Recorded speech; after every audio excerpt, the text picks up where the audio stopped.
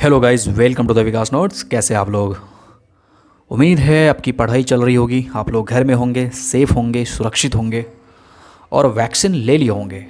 अगर आपने वैक्सीन ले लिया है तो अपने आसपास के जितने भी अनप्रिविलेज्ड लोग हैं या अनएडुकेटेड लोग हैं उनको समझाइए कि वैक्सीन क्यों लेना है। कुछ लोग लेने से मना कर रहे हैं, काफ़ी अफवाह है, डर बैठा हुआ है उनके मन में। तो आप पढ़े लिखे हैं और आपकी जिम्मेदारी बनती है कि समाज के हर अनप्रिविलेज्ड लोगों को अपने साथ लेकर चलना, कदम से कदम मिलाकर चलना। शिक्षा की यही तो सबसे बड़ी बात है कि सबको साथ लेकर चलने की एक हिम्मत देता है। तो निभाइए अपनी कर्तव्य और जिम्मेदारी, ठीक है। तो चलिए शुरुआत करते हैं। बहुत सारे एस्पिरेंट का पर्सनल मैसेज आ रहा है कि सर ईपीएफओ के लिए जो मॉडर्न हिस्ट्री है आपने जो सजेस्ट किया था, स्पेक्ट्रम की बुक हमने जो पढ़ा है, क्या उसको सारे चैप्टर्स पढ़ना अनिवार्य हैं, कंपलसरी है? तो देखिए, इसी सॉल्यूशन के लिए, इसी समाधान के लिए ये वीडियो है। आप इस वीडियो को पूरा एंड तक देखिएगा, पूरा क्रिस्टल क्लियर्स आपको पता चल जाएगा। ये वीडियो की लेंथ जितने भी हैं डबल स्पीड पर सुन लीजिए, लेकिन पूरा देखिए, अदरवाइज नुकसान हो जाएगा आपको। तो चलिए शुरुआत करते हैं। ये है, स्क्रीन पे दिख रहा होगा, brief history of modern India.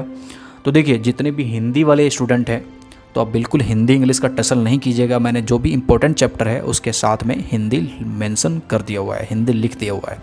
अब ये मत कहिएगा सर ये brief history of modern India का मतलब क्या होता है। आधुनिक भारत संक्षेप में, इसका मतलब यही होता है, ठीक है। तो चलिए आगे बढ़ते हैं। देखिए, टोटल अगर बात कर ले 10 यूनिट है इसमें, और 10 यूनिट में सभी नहीं पढ़ना है, बहुत ही सिलेक्टिव स्टडी करना है, ठीक है। 10 यूनिट है, 38 चैप्टर हैं, जिसमें से इम्पोर्टेंट चैप्टर है 22। अब वो कौन कौन है तो आइए लगातार देखते हैं, ठीक है। मैं कोशिश करूँगा कि वीडियो ज़्यादा लंबा ना हो जाए, तो जल्दी जल्दी करते हैं। देखिए, स्टार्ट करते हैं पहला से, ठीक है। तो पहला यूनिट देख लीजिए। पहला यूनिट में किसी भी बुक का जो पहला यूनिट होता है वो उस बुक के, उस टॉपिक के डिटेलिंग होता है, अंदर में मतलब उसके डेप्थ में होता है, उसकी बैकग्राउंड हिस्ट्री होती है, ठीक है। तो इस तरह का किसी भी बुक में दिया होता है, गिवन होता है कि जिस कंटेंट पे बुक लिखा गया है उसके बारे में पूरी बैकग्राउंड हिस्ट्री दिया होता है। तो सेम लाइक दैट इस बुक में भी सेम ऐसा ही है। तो पहला यूनिट जो है, इससे न क्वेश्चंस आए हैं और नहीं पूछा जाएगा, तो बिल्कुल भी नहीं पढ़ना है इसको, ठीक है। पूरी यूनिट आप स्किप कर सकते हैं, पहला यूनिट। तो नेक्स्ट जो यूनिट है, नेक्स्ट यूनिट है advent of European and consolidations of British power, है ना। यानी कि जो ब्रिटिश पावर था, यूरोपियंस का आगमन, इसका मतलब यही हुआ, आगमन ब्रिटिश का। तो इस चैप्टर से भी बहुत रेयरली क्वेश्चंस नहीं पूछे गए हैं, तो ये भी आप स्किप कर सकते हैं। हालांकि आप पढ़ लिए होंगे तो बहुत ही बेहतर है, लेकिन आप रिवाइज करने के टाइम पे इसको आप स्किप कर सकते हैं, क्योंकि मॉडर्न हिस्ट्री का मतलब जो है ना 1857 के बाद से ज़्यादा कंसिडर किया जाता है। मॉडर्न हिस्ट्री में ज़्यादातर क्वेश्चन जो है 1857 के बाद से ही ज़्यादातर कंसिडरेबल होता है। चाहे किसी भी एग्ज़ाम में अगर सपोज मॉडर्न हिस्ट्री सिलेबस में गिवन हो तो आप कंसिडर कर सकते हैं कि 1857 का जो टॉपिक है वो ज़्यादा इम्पोर्टेंट होने वाला है। तो 1857 का के बाद से जो चैप्टर नंबर 7 है, आप इसको रिवाइज कर सकते हैं। मैंने डबल लाइन दिया हुआ है, डबल टिक मारा हुआ है, इसका मतलब है इसको डबल 2-3 बार एटलीस्ट आप रिवाइज कीजिए, और उम्मीद है कि आपने नोट्स बनाया होगा।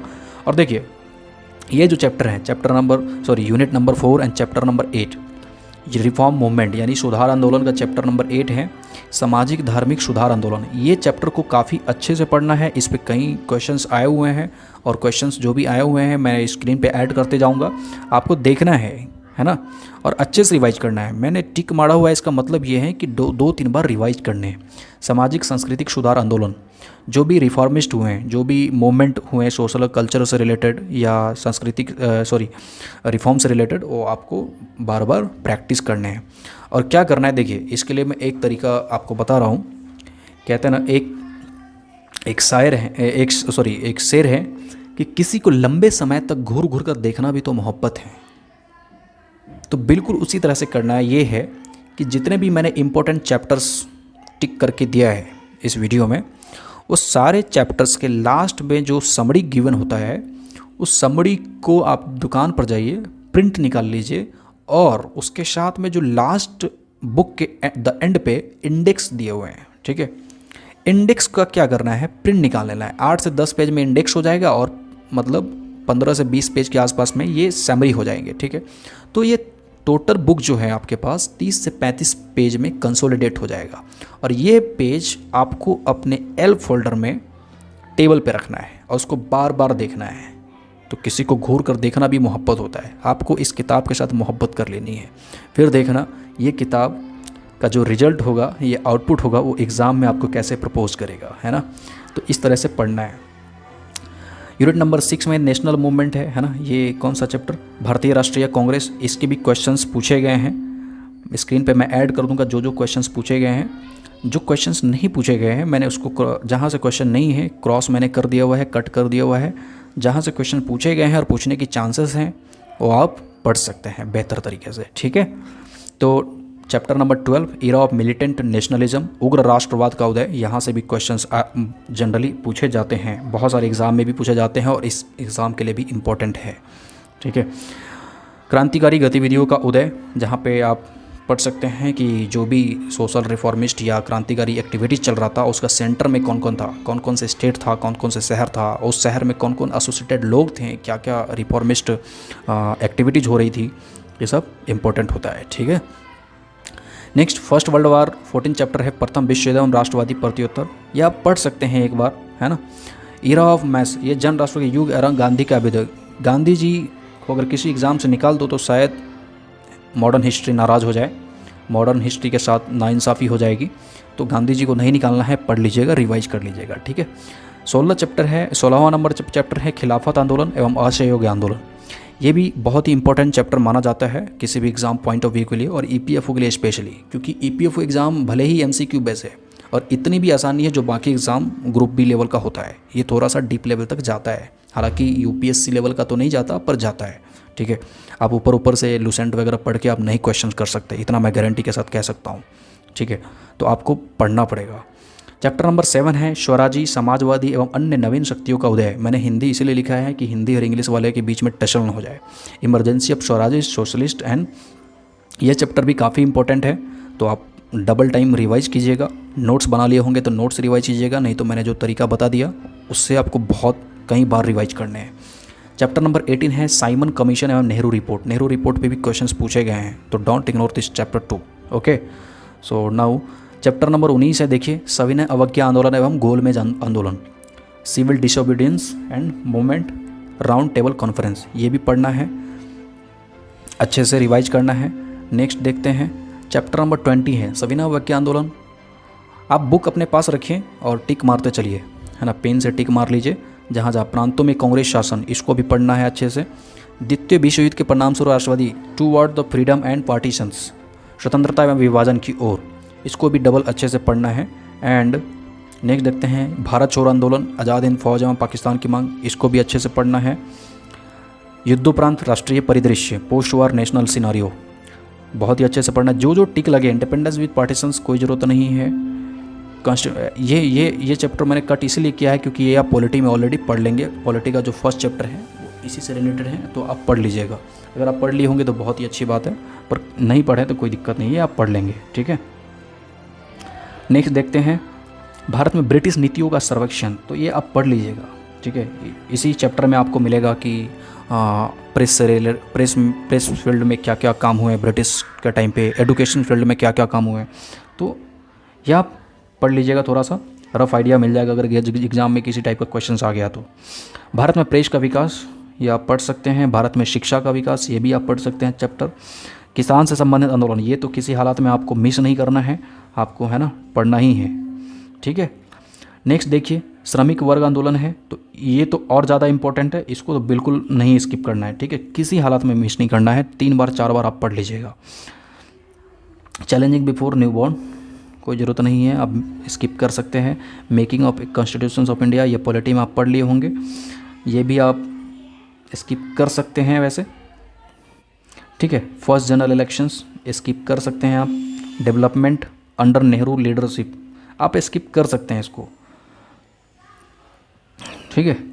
लेकिन मैंने जो बीच में बताया था वीडियो के बीच में कि आपको ये जो इंडेक्स है, चैप्टर के एंड वाला जो इंडेक्स है, आपको प्रिंट निकाल के अपने बुक के पास या अपने स्टडी टेबल के पास एल सेफ फोल्डर में रखिए। आप मार्केट जाइए किसी स्टेशनरी पे और एल सेफ फोल्डर दुकान में कहिएगा, आपको मिल जाएगा। और उसमें जितने भी नोट्स होता है, short notes, bullet notes, hand notes, किसी भी तरह का नोट्स होता है, आप उस एल सेफ फोल्डर में कंपाइल करके अपने स्टडी टेबल पर रखिए। बहुत ही छोटा हो जाएगा और रिवाइज करने में बहुत ही आसान हो जाएगा। रिवीजन बहुत ज़्यादा इंपॉर्टेंट होता है, ठीक है। और बस इतना ही कहना था इस बुक से रिलेटेड कि आपको इस तरह से स्मार्ट तरीके से आपको स्टडी करने हैं। एंड बस इतना कीजिए और देखिए रिज़ल्ट क्या आता है। और मॉक टेस्ट हर वीडियो में बताते आ रहा हूँ। अगर आप मेरा वीडियो नहीं देख रहे हैं, इंग्लिश वॉकैब सीरीज भी स्टार्ट हो चुकी है। CGL का सिनोनिम्स पूरे फिनिश हो चुका है। जाइए, डिस्क्रिप्शन में बहुत सारे लिंक दिया हुआ है। स्ट्रेटेजिकली सब्जेक्ट वाइज इंग्लिश को प्रिपेयर कैसे करना है, मॉक टेस्ट कहाँ से लगाना है, कैसे लगाना है, ये सब मैं वीडियोज़ में बताते आ रहा हूँ। और मॉक टेस्ट के बारे में इस वीडियो में भी लास्ट में बता दे रहा हूँ कि देखिए, किसी भी एग्ज़ाम को फाइनल करने के लिए मॉक टेस्ट लगाना बहुत ज़रूरी है। अगर आप नहीं लगा रहे हैं तो सही बता रहे हैं, आप एग्ज़ाम से बहुत दूर हैं। और इस साल तो और भी ज़्यादा, क्योंकि इस साल जितने भी लोग इनएक्टिव थे, एक्टिव हो गए हैं, क्योंकि EPFO ने उसको 2 बार मौका दे दिया है। और लगली सच बता रहा हूँ, बहुत कड़ा कंपटीशन होने वाला है। आप मानिए या नहीं मानिए, इस बार मतलब हालत ख़राब हो जाएंगी देखना। क्योंकि जो भी लोग इनएक्टिव थे ना, वो एक्टिव हो गए हैं। जिसको पढ़ने का मूड नहीं था, बहुत ज़्यादा मौका मिल गया है और कई बार रिवीजन चालू है उसका, ठीक है। तो आप किसी भी तरह से अंडर एस्टिमेट नहीं कीजिए, जाइए पढ़ लीजिए पूरा और पूरी सिलेबस पढ़िए। कमेंट में आया था सर 120 में से 120 कैसे आ सकता है, तो देखिए आपको 120 में से 120 मेरा कहने का इंटेंशन वो नहीं था। मेरा कहने का मतलब था कि सिलेबस का कोई भी टॉपिक मिस नहीं होना चाहिए, मेरा कहने का ये मतलब था। क्योंकि इस कंपटीशन में ना बहुत सारे कैंडिडेट हैं और ये जॉब सच बता रहा हूँ रेगुलर नहीं है, रिक्रूटमेंट एग्ज़ाम है, बार बार नहीं आता, इसलिए सबकी नज़र इस पे है, सबकी नज़र इस पे है। क्योंकि इतने इजी एग्ज़ाम में, मतलब इतने इजी कहने का मतलब सिंगल स्टेप में बहुत ही अच्छा पोस्ट है। अब 4-5 साल बाद आप APFC बन जाएंगे, मतलब ग्रुप ए लेवल का IAS लेवल का पोस्ट है। तो इसलिए इस पर सबकी नज़र होती है। तो आप अंडर एस्टिमेट नहीं कीजिए, पूरी सिलेबस को 1 बाय 1 करके रिवाइज कीजिए, बार बार कीजिए, ठीक है। मॉक टेस्ट लगाइए, टेक्स्ट बुक पर जाकर मॉक टेस्ट लगा लीजिए। EPFO का जो मैथमेटिक्स की जो प्रैक्टिस है, इसके लिए मैं एक पर्टिकुलर वीडियो बना रहा हूँ। और मैथमेटिक्स की प्रैक्टिस कहाँ से करनी है, तो देखिए मॉक टेक्स्ट बुक पर जाइएगा, प्ले स्टोर पे टेक्स्ट बुक डाउनलोड कीजिए, वहाँ से टेक्स्ट बुक का जो एप्लीकेशन है प्ले स्टोर से डाउनलोड करके इंस्टॉल कीजिए। पासवर्ड अपना सेट कीजिए एंड कोड यूज़ कीजिए, वहाँ से डिस्काउंट मिल जाएगा। और CGL की प्रैक्टिस कीजिए, ठीक है। CGL का क्वेश्चन पेपर प्रैक्टिस कीजिए। इस तरह से आप मैथमेटिक्स की तैयारी कर सकते हैं। क्योंकि देखिए EPFO का क्वेश्चन पेपर 2-3 साल का ही अवेलेबल है मार्केट में। क्योंकि मैंने आपको बताया ना, ये रेगुलर एग्ज़ाम नहीं है, ये रिक्रूटमेंट एग्ज़ाम है। तो आपको इस तरह से प्रैक्टिस करना है। CGL का प्रैक्टिस कीजिए और CHSL का भी कर सकते हैं, नहीं तो किसी भी ग्रुप B लेवल का एग्ज़ाम का जो मैथमेटिक्स है उसकी प्रैक्टिस कीजिए। और मैथमेटिक्स की प्रैक्टिस ऐसे ही हो जाएगा। आप कहीं से भी नया कॉन्सेप्ट या पूरी बुक पढ़ने की कोशिश बिल्कुल नहीं कीजिएगा, टाइम की कमी है तो आपका कवर नहीं हो पाएगा। बाकी सब्जेक्ट भी तो पढ़ना है, सारे सब्जेक्ट को पढ़ना है। यहाँ पे सब्जेक्ट की नंबर ऑफ सब्जेक्ट ज़्यादा है यहाँ पे, तो don't underestimate this mathematics, okay. So जाइए पढ़िए, okay, bye, all the best, good luck.